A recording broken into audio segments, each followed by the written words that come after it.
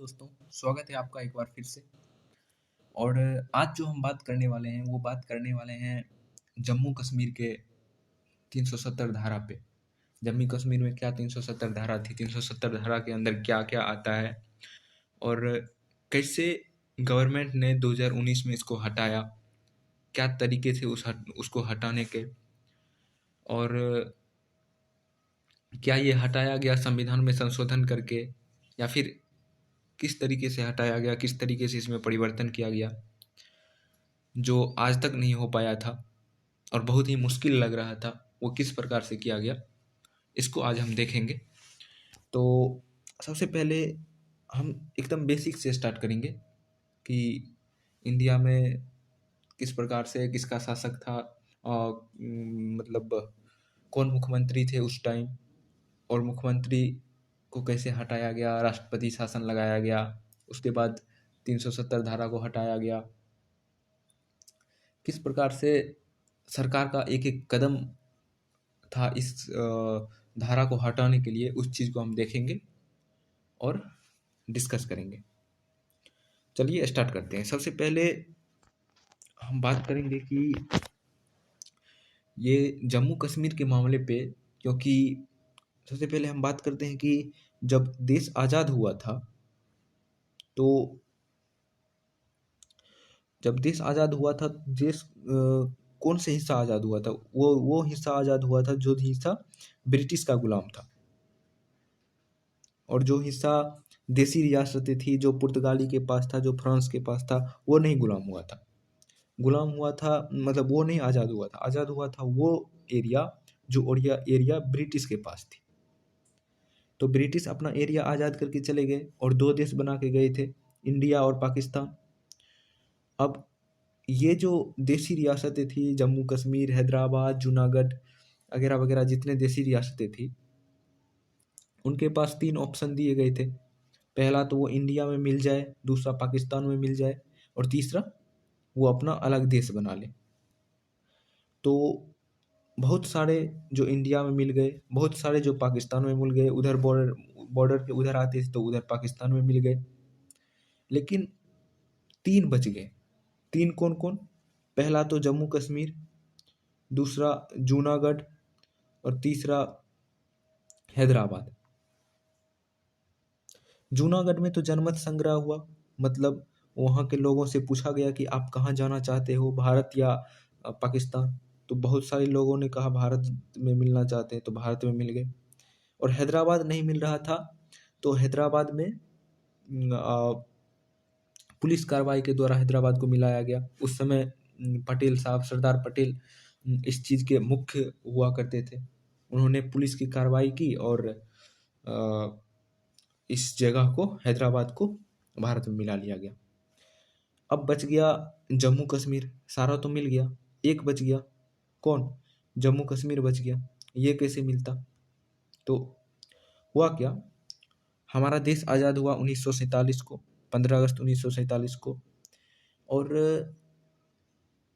पाकिस्तान ने देखा कि जम्मू कश्मीर बचा हुआ है, ये ना तो भारत में मिल रहा है और ना ही अपना अलग देश बना रहा है। मतलब अलग देश तो बना ही रहा था और भारत में मिल रहा है, ना ही पाकिस्तान में मिल रहा है।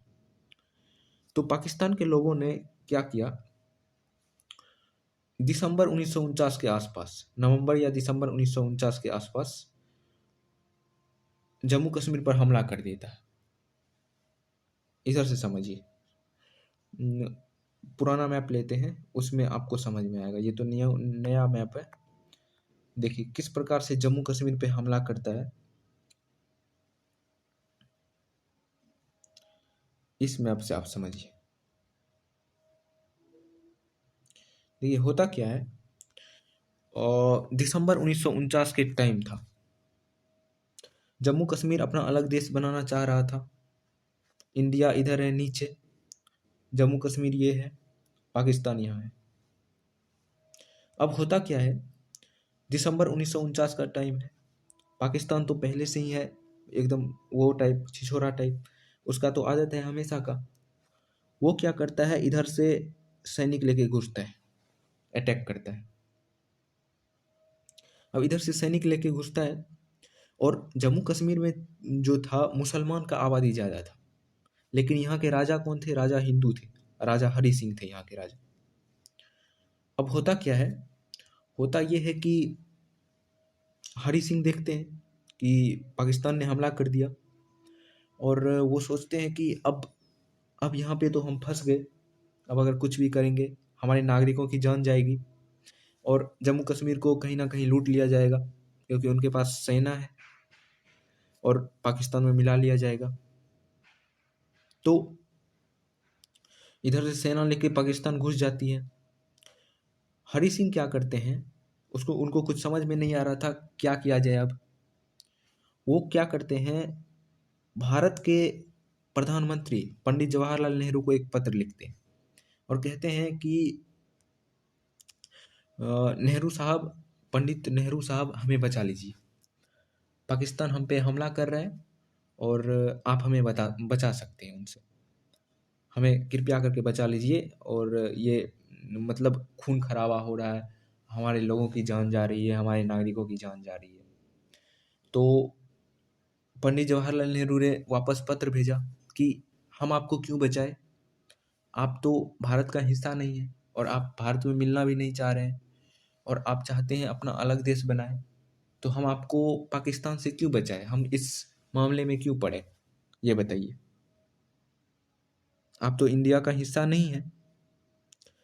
तब बात क्या होता है, तब बात ये होता है कि यहाँ के राजा हरि सिंह ने पंडित जवाहरलाल नेहरू को एक विलय पत्र के माध्यम से एक विलय पत्र पे सिग्नेचर करके दिया और उस विलय पत्र पे लिखा था, ये जैसे मान के चलिए ये विलय पत्र है और इस विलय पत्र पे लिखा था कि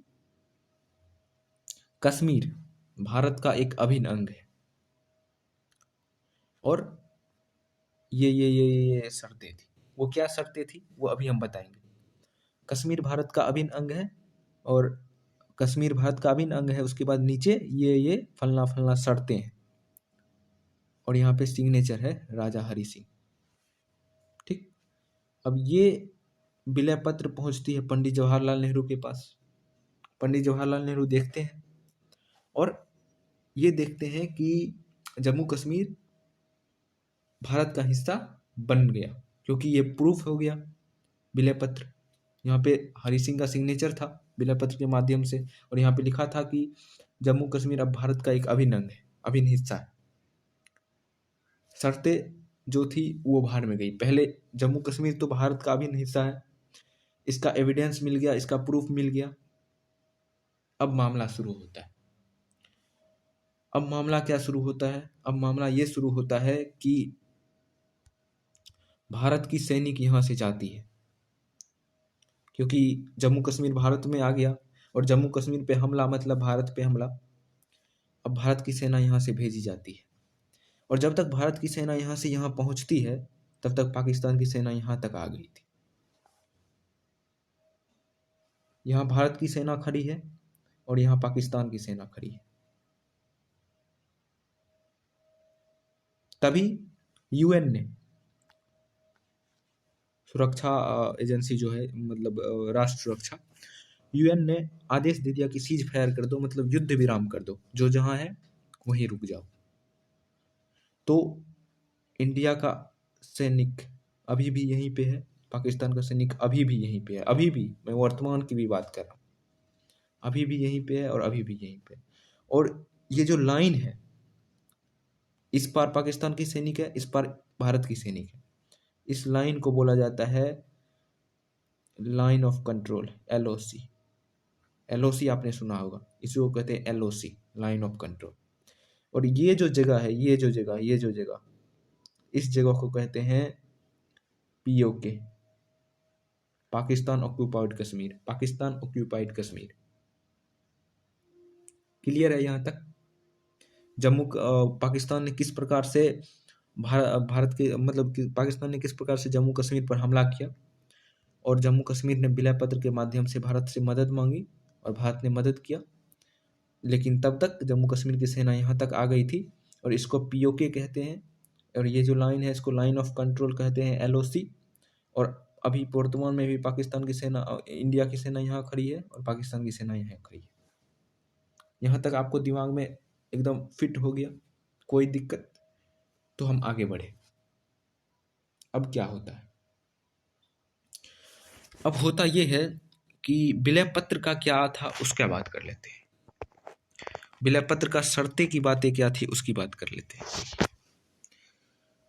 होता क्या है, विलय पत्र दिया जाता है और उस विलय पत्र में लिखा रहता है कि जम्मू कश्मीर भारत का एक अभिन्न हिस्सा है और जम्मू कश्मीर के लिए भारत के संविधान में ये शर्तें रहेगी। ठीक, वो शर्तें क्या थी ये देखिए। वो शर्तें ये थी, वो शर्तें थी कि भारत का संविधान का अनुच्छेद 3 अनुच्छेद जम्मू कश्मीर के बारे में बात करता है। 3 अनुच्छेद कौन कौन? पहला तो आर्टिकल 1, ठीक। दूसरा आर्टिकल 35A 35A। तीसरा आर्टिकल, तीसरा पार्ट लिखिए, पार्ट कौन सा? 21। इसको पाकिस्तान मत समझिएगा, पार्ट है, पार्ट 21। और इसके अंदर कौन से आर्टिकल आते हैं? इसके अंदर आते हैं 369 से लेकर 392। ये 3 जो आर्टिकल हैं, आर्टिकल 1 और आर्टिकल 35A और पार्ट 21 का 369 से लेकर 392 तक, ये बेसिकली संविधान, भारत का संविधान जम्मू कश्मीर के बारे में बात करता है। अभी इसको आप साइड करिए, इस दोनों को समझिए पहले, क्योंकि इसको हम डिटेल में समझेंगे अभी तुरंत। अभी इन दोनों को समझिए। आर्टिकल 1 कहता है कि भारत एक राज्यों का संघ है, इसके ये राज्य हैं। वर्तमान में 28 राज्य, 7 केंद्र शासित प्रदेश और 1 नेशनल यूनियन टेरिटरी, राष्ट्रीय राजधानी क्षेत्र दिल्ली। तो आर्टिकल 1 कहता है कि भारत एक राज्यों का संघ है, इसमें इतने राज्य हैं और उसमें जो जितने राज्य के बारे में बताए गए हैं उसमें से एक राज्य कौन से हैं? जम्मू एंड कश्मीर भी है या नहीं? जम्मू एंड कश्मीर को भी एक राज्य बनाया गया भारत का, जब से वो विलय पत्र आ गया। तो संविधान के आर्टिकल 1 कहता है कि जम्मू कश्मीर भारत का राज्य है। क्लियर है इसमें आर्टिकल 1 क्या कहता है? अब देखिए ये क्या कहता है आर्टिकल 35A। आर्टिकल 35A कहता है 2 बात। कौन कौन से? पहला बात कहता है कि जम्मू कश्मीर का कोई जमीन, जम्मू कश्मीर का अगर कोई लैंड है और वो भारत का व्यक्ति खरीदना चाहता है तो वो नहीं खरीद सकता। मतलब अगर हम हैं, हम बिहार के हैं या उत्तर प्रदेश के हैं या गुजरात के हैं या राजस्थान के हैं, हम अगर चाहे कि जम्मू कश्मीर में जाके ज़मीन ले ले, मैं बात कर रहा हूँ 370 धारा हटने से पहले की, ठीक। अगर मैं चाह रहा कि मैं जम्मू कश्मीर में जाके ज़मीन ले लूँ, वहीं पे रहूँ, तो हम नहीं ले सकते, क्योंकि उस शर्त में ये भी लिखी हुई थी कि जम्मू कश्मीर का ज़मीन भारत का कोई भी व्यक्ति नहीं खरीद सकता। दूसरा ये कि भारत का कोई ज़मीन, भारत का कहीं का भी ज़मीन, बिहार का हो, गुजरात का हो, झारखंड का हो, छत्तीसगढ़ का हो, कोई भी लैंड जम्मू कश्मीर का व्यक्ति खरीद सकता है। मतलब हम नहीं खरीद सकते वहाँ, वो खरीद सकता है भारत में कहीं भी। जम्मू कश्मीर का कोई व्यक्ति भारत में कहीं भी खरीद सकता है, लेकिन कोई और राज्य का व्यक्ति जम्मू कश्मीर में जाके नहीं खरीद सकता। सीधा सीधा इसका ये मतलब है आर्टिकल 35 समझ में आ गया? अब इस पे चले, ये क्या कहता है देखिए। पार्ट 21 भाग 21 कहता है अनुच्छेद 69 से 369 से 392 तक। हमें पढ़ना कौन सा है? हमें पढ़ना है आर्टिकल 370, क्योंकि 370 ही जम्मू कश्मीर के बारे में बात करता है। 370 हमें पढ़ना है। सबसे पहले आप ये समझिए कि जब आप संविधान खोलेंगे, जब आप संविधान पढ़ेंगे, आप गूगल पे सर्च करेंगे कॉन्स्टिट्यूशन ऑफ इंडिया, तो संविधान आएगा आपके सामने। और संविधान को आप खोलेंगे, जैसे ही आप पार्ट 21 में पहुंचेंगे, तो पार्ट 21 में एक शब्द लिखा हुआ है ऊपर में, टेम्पोररी प्रोविजन, मतलब ये तत्कालिक प्रावधान है। ये जब बनाया गया था, ये 370 जब सेट किया गया था जम्मू कश्मीर पे, तो ये एक तत्कालिक प्रोविजन उसी टाइम लिख दिया गया था कि अगर आप बाद में चाहो तो इसको हटा सकते हो। लेकिन हटाना इतना भी आसान नहीं था। क्यों नहीं था वो देखिए, टेम्पोररी प्रोविजन लिखा हुआ है, ठीक है। अब देखिए 370 आर्टिकल क्या कहता है। 370 आर्टिकल को 3 भागों में बांटते हैं। कितने भागों में? 3 भागों में। पहला फर्स्ट, दूसरा सेकेंड, तीसरा थर्ड। पहला देखते हैं, पहला क्या कहता है।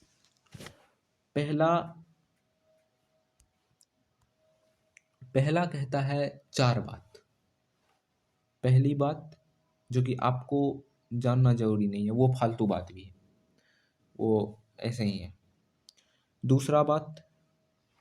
दूसरा ये कहता है कि पावर ऑफ पार्लियामेंट, मतलब भारत की संसद जम्मू कश्मीर पर क्या शक्ति रखती है, भारत का संसद का जम्मू कश्मीर पर क्या अधिकार है। तो क्या अधिकार है संसद का? संसद का कितना अधिकार है? संसद का अधिकार है जम्मू कश्मीर के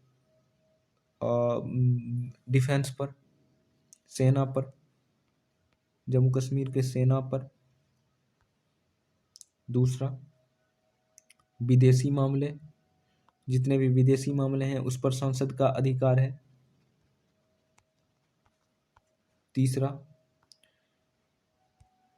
तीसरा है संचार, मतलब कम्युनिकेशन, इस पर संसद का अधिकार है। और बाकी जो अधिकार है वो किसके पास है? जम्मू कश्मीर के पास।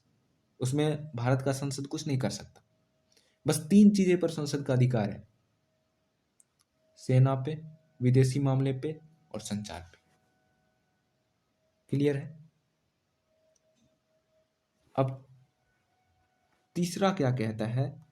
फर्स्ट का तीसरा कहता है कि अनुच्छेद 1 और अनुच्छेद 370 जम्मू कश्मीर पर लागू होगा। अनुच्छेद 1 और अनुच्छेद 370 जम्मू कश्मीर पर लागू होगा। मतलब अनुच्छेद 1 जो मैंने अभी आपको बताया और अनुच्छेद 370 जम्मू कश्मीर पर लागू होगा। ये समझ में आ गया? अब देखिए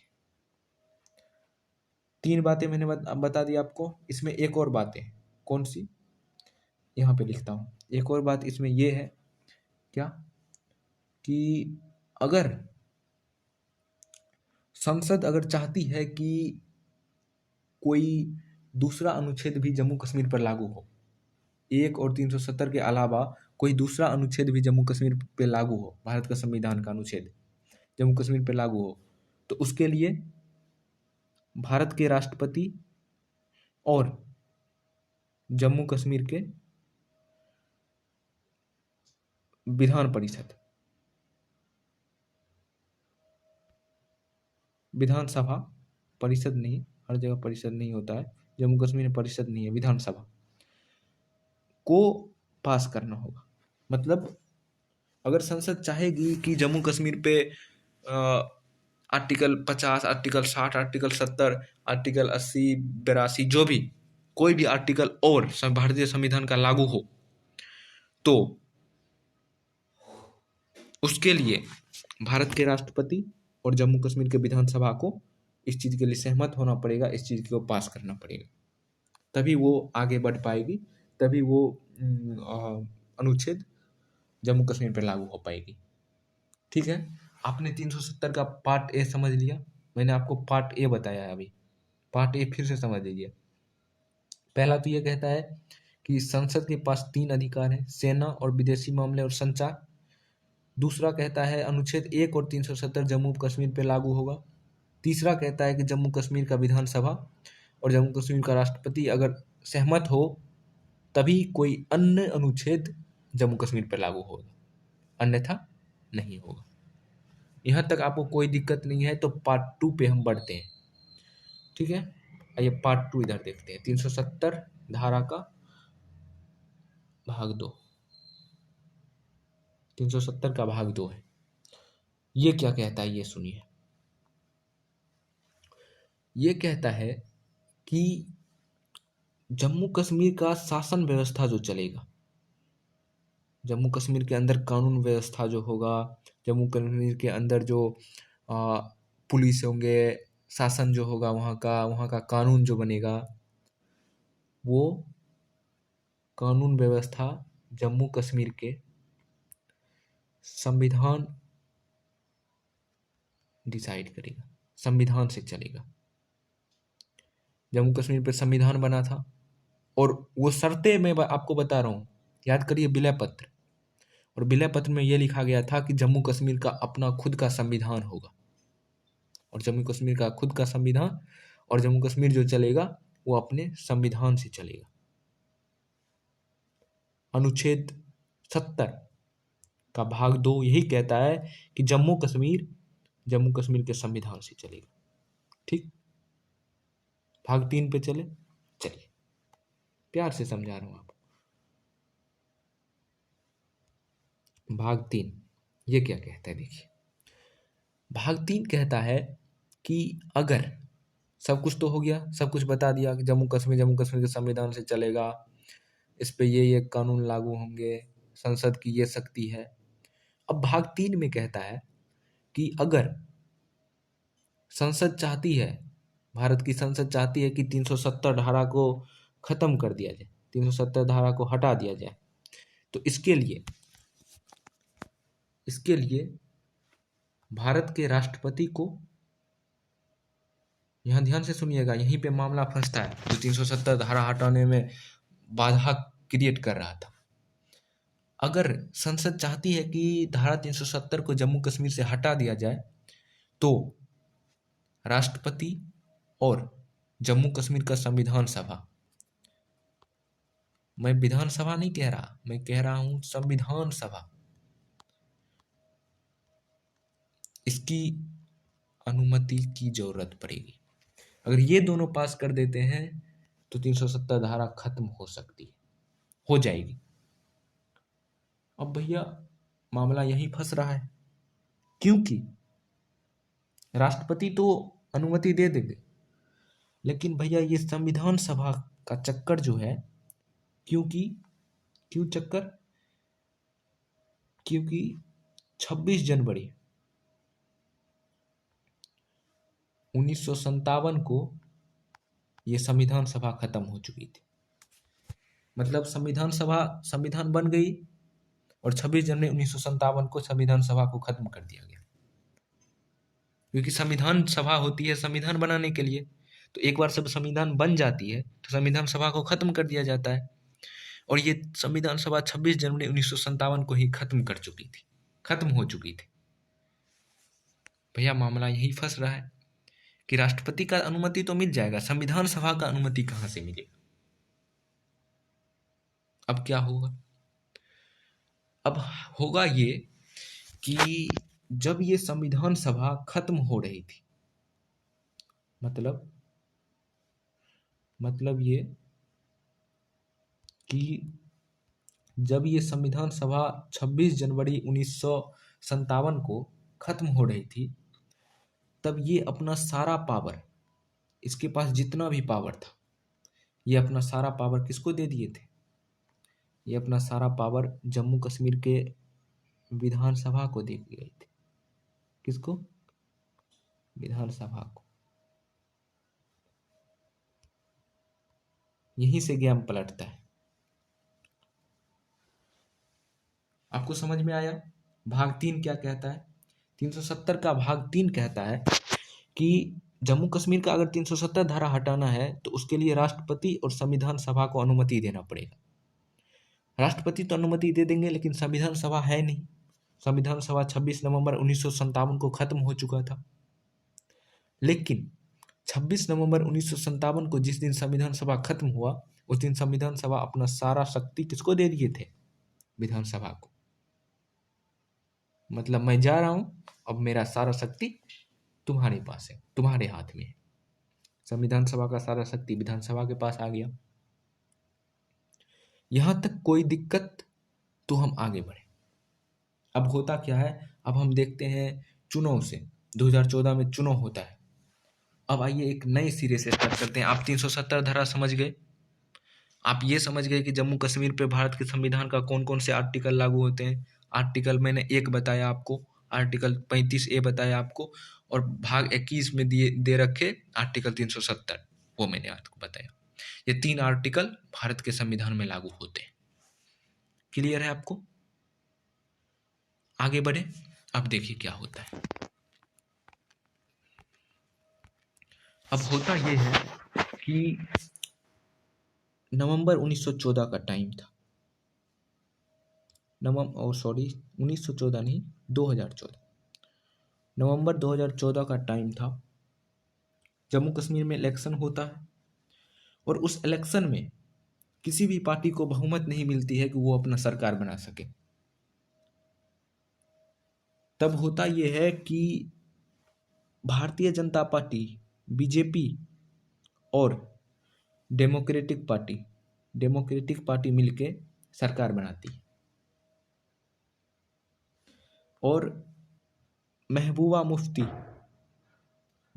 मुफ्ती को वहाँ की मुख्यमंत्री बनाती है, जो कि डेमोक्रेटिक पार्टी के हैं। बीजेपी अपना सपोर्ट दिए डेमोक्रेटिक पार्टी को, और दोनों के गठबंधन से सरकार बनती है, और महबूबा मुफ्ती वहाँ की मुख्यमंत्री बनती है 2014 में। अब क्या हुआ?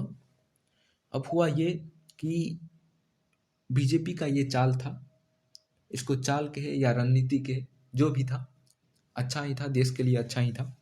और इस तरीके से बीजेपी ने वहाँ के शासन को देखा, वहाँ की सेना को देखा कि किस प्रकार से वो काम कर रही है, और क्या वहाँ पे समस्या है।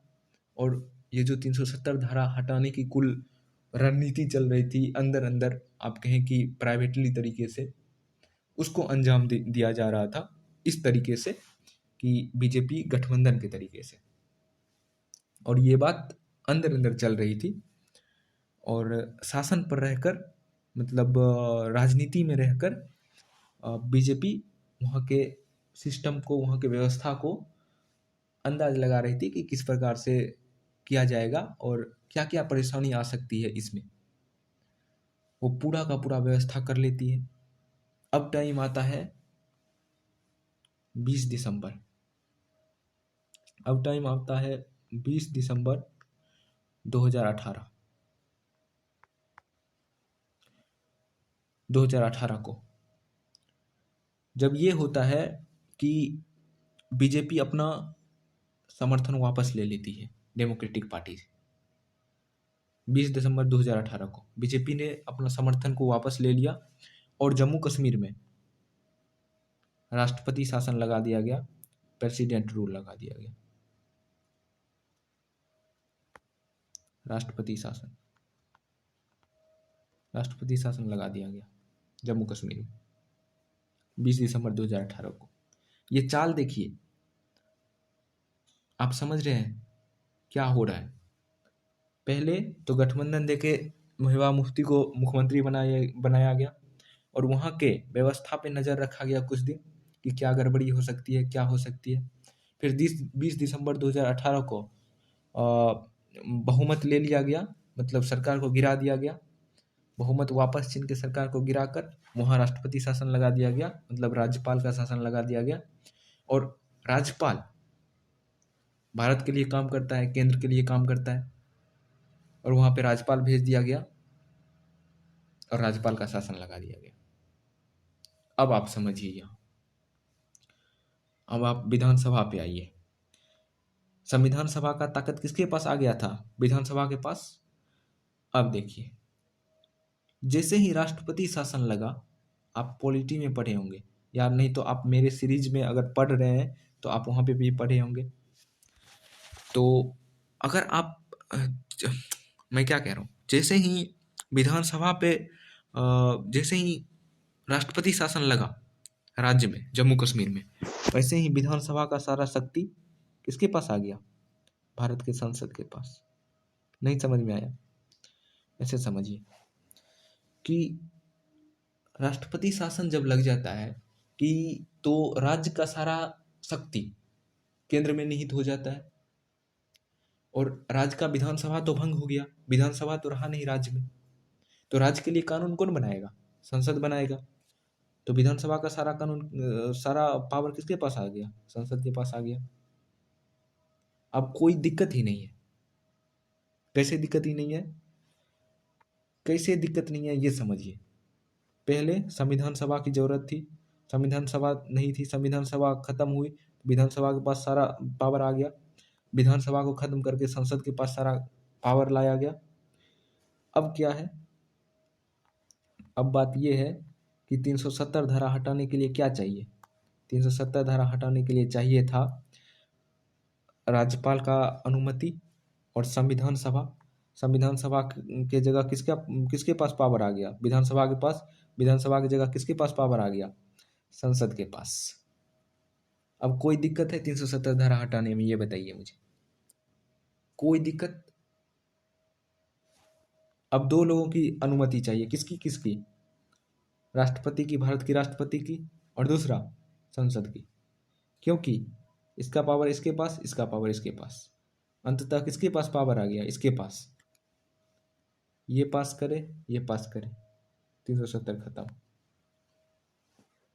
क्लियर? आइए, अब होता क्या है? राष्ट्रपति शासन लग गया 5 अगस्त। अब डेट आता है 5 अगस्त, 5 अगस्त 2019। संसद में एक बिल आता है। भारत की राष्ट्रपति की अनुमति पहले ही ले चुकी थी। संसद में बिल आता है और संसद उस बिल को पास कर देती। संसद जैसे ही उस बिल को पास किया, 370 धारा खत्म, चुटकी में। आपको एकदम क्लियर हो गया होगा, एकदम बेसिक से मैंने बताया क्या होता है 370, कैसे हटाया गया। इतना बेसिक आपको कहीं नहीं बताया, कोई नहीं बताया होगा, क्योंकि किसी का कॉन्सेप्ट क्लियर ही नहीं है। और मैं ये बात गारंटी के साथ कहना चाहता हूँ कि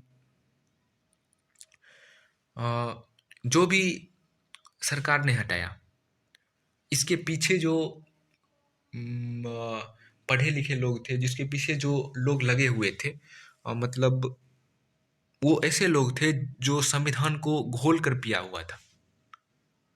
मतलब यूँ समझिए कि उनको सब कुछ पता था कि क्या करे, कैसे हो सकता है, और ये अगर करेंगे तो क्या दिक्कतें आ सकती है, क्या परेशानी आ सकती है। उन्होंने उसको देखा और बहुत सारे चीज़ों को एनालिसिस किया। उसके बाद वो एक बात पे आए कि हाँ, ऐसे किया जा सकता है, और ऐसे इन्होंने किया और अंततः वो सफल भी हुए। इसीलिए कहते हैं कि सरकार कोई भी हो, पढ़े लिखे लोग जब रहते हैं, कि इसमें बहुत सारे जो आईएएस आईपीएस हैं उनका योगदान हो रहा होगा, क्योंकि उन्होंने कानून को अच्छे तरीके से जानते हैं। बहुत सारे वकीलों का योगदान रहा होगा। आप ये नहीं कह सकते कि भारत के प्रधानमंत्री मोदी ने 370 को हटाया, क्योंकि इसमें दिमाग लगाने वाला चीज़ था, ये फंसने वाली थी। अगर थोड़ा भी इधर उधर होता तो चीज़ें फंस जाती। इसीलिए बहुत अच्छे से, बहुत तरीके से दिमाग लगाकर, टाइम लगाकर और बहुत रणनीति के साथ इस चीज़ को हटाया गया, ताकि कोई दिक्कत ना हो। राष्ट्रपति शासन पहले लगाया गया, संसद के पास शक्ति आ गई, संसद उसको हटाए, और उसके बाद हुआ ये कि जम्मू कश्मीर में माहौल ना खराब हो जाए, जम्मू कश्मीर की स्थिति ना बिगड़ जाए, इसीलिए जम्मू कश्मीर का नेट ऑफ कर दिया गया। नेट करीब 6 मंथ के लिए 6 मंथ के लिए वहाँ का नेट ऑफ कर दिया गया, नेट नहीं चल रहा था। दूसरा, कुछ ऐसे लोग थे जो जिसकी वजह से माहौल ख़राब हो सकता था, जो दंगे भड़का सकते थे, जैसे महबूबा मुफ्ती जिसको हटाया गया था, महबूबा मुफ्ती, इसी तरीके से अमर अब्दुल्ला, फारूक अब्दुल्ला, ये सब जो नेता थे जो भड़का सकते थे लोगों को, जो दंगा भड़का सकते थे, जिसकी वजह से दंगा हो सकता था, जो माहौल ख़राब कर सकते थे, वो सबको घर में नज़रबंद कर दिया गया। नज़रबंद करना मतलब ये होता है कि उन्हीं के घरों में उनको बंद कर दिया गया कि आप रहो लेकिन घर में रहो, आप बाहर नहीं निकल सकते। ये प्लान था, ये राजनीति था, और उनको नज़रबंद कर दिया गया। और फिर 6 महीने के अंदर सब कुछ नॉर्मल हो गया, फिर उनको भी निकाल दिया गया और नेट भी चालू कर दिया गया। क्योंकि भाई जब ये नया चीज़ होता है, नया नया होता है, तभी जोश रहता है लोगों पर। और जब 6 मंथ हो गया, बात पुरानी हो गई, सब लोग भूलने लगे धीरे धीरे, तो बात उतनी वो नहीं, मतलब तब परिस्थिति जो था नॉर्मल हो गया था तब तक। और ये करना भी जरूरी था, हो सकता था दंगा भड़क जाए, इसीलिए सरकार ने बहुत कायदे से, बहुत तरीके से इस चीज़ को किया, और जरूरी भी था 370 धारा हटना। बहुत सारे लोग हमसे असहमत होंगे, तो हो सकता है, आपकी अपना अपनी राय है, आप स्वतंत्र देश के स्वतंत्र नागरिक हैं। और आज की क्लास यहीं तक। उम्मीद है कि आपको 370 धारा, जम्मू कश्मीर की स्थिति, जम्मू कश्मीर क्या है, क्यों है, कैसा है, ये सब आपको पता चल गया होगा। और आप वहाँ जाकर ज़मीन ले सकते हैं, वहाँ जाकर रह सकते हैं, कुछ भी कर सकते हैं आप, आपको कोई नहीं रोक सकता। क्लियर हो गया? क्योंकि जम्मू कश्मीर का 370 धारा रहा ही नहीं, और कोई विशेष प्रावधान रहा ही नहीं। वो नॉर्मल राज्य की तरह है, जैसे हम बिहार वाले हैं, जैसे आप यूपी वाले, गुजरात वाले, मध्य प्रदेश वाले हैं, उसी तरह वो जम्मू कश्मीर वाले हैं। हम वहाँ जा सकते हैं, वो यहाँ आ सकते हैं, हम वहाँ ज़मीन खरीद सकते हैं, वो यहाँ ज़मीन खरीद सकते हैं। इसके अलावा कोई विशेष अधिकार किसी को नहीं दिया गया है, सारे राज्य बराबर। क्लियर? मिलते हैं अगले वीडियो में। जुड़ने के लिए बहुत बहुत धन्यवाद।